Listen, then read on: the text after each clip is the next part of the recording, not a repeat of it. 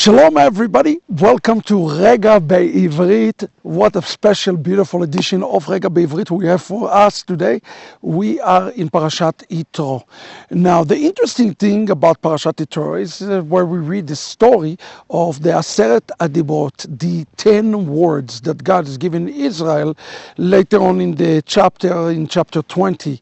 Now the question that you must ask yourself is, again, when we read a parasha, we always need to pay attention to the parasha name. Why would a parasha that is named after such an important event like the 10 Commandments, the giving of the 10 words, will be named after Yitro, who was a Gentile? What can we learn about this and why this is so important? Because we are seeing something significant that taking place in the Torah portion before the 10 Commandments, the complete conversion of Yitro into the house of Israel.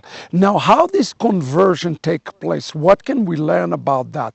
If the 10 Commandments represent the pinnacle of Jewish history, a point where both Jew and mixed multitude, or as we call them, Erev Rav, come and experience God, we know that there is going to be yet another 10 Commandments that will be giving, another event similar to that, where Jew and Gentile take place. Now, before this event take place, Yitro, representing a pinnacle of the Avodah Zarah, of the idol worship. He was a Kohen, he was a priest of Midian. It's important for us to understand that before the revelation of Mount Sinai takes place, the fullness of Yitro have to be taking place. Now, the word in Hebrew, Yitro, it comes from the word Yateret, Later. Yateret is mean the remnant. Did you know that the name Yitro related to the word remnant? I believe that the name Yitro, the picture of Yitro converting and entering to the house of Israel, to the tent of Moses, represent the fullness of the Gentiles that is to come right before the final and the complete redemption. Pay attention to this. This is amazing. At the beginning of the Torah portion, it says in verse 1 of chapter 18, "Vayishma Yitro Kohen Midyan חותן משה את כל אשר עשה אלוהים למשה ולישראל עמו." He heard everything that God has done to Moses and to the people of Israel. Now the interesting thing is, he heard it through the word Va'ishma.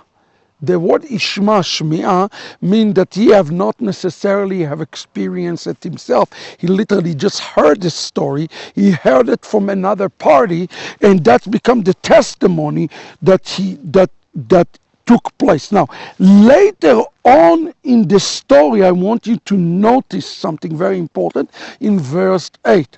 It says, when Moses see him, he says, "ויספר משה לחותנו את כל אשר עשה אדוני לפרעה למצרים על אודות ישראל." It's not Shmi'ah now, it's not Va'ishma, it's used the word Vayesaper, Vayesaper. It is Moses who is giving now a personal, detailed account and testimony of what God has done. You see, he have heard it through the grapevine what God has done to others who told him. But in verse 8, it says Vayesaper. The word lesaper in Hebrew, the word sipur, is an intimate story. It's in an intimate revelation. It is an intimate account that Moshe Rabbeinu is giving it to him.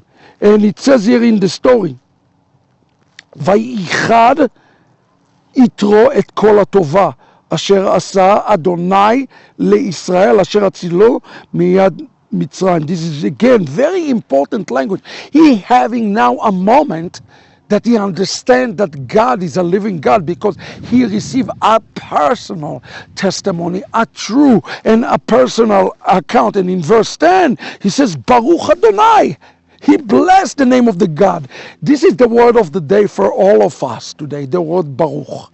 The word Baruch means to bow down and to kneel. That's one way to understand the word Baruch. But the word Baruch also have another implication. It is the word to engraft, to take a branch that is dead and cut him and engraft him into another healthy tree.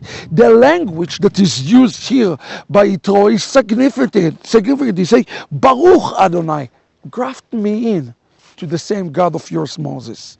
This is an amazing testimony. He said, graft me in to you and to the Jewish people. And the rest of the story, as they say, is history.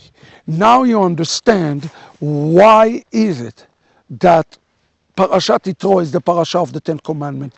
The remnant of the Gentiles coming into the house of Israel ultimately will usher the next Mount Sinai experience. Yitro, the remnant. God bless you, and we hope you are blessed by this very special Rega בעברית. Shalom.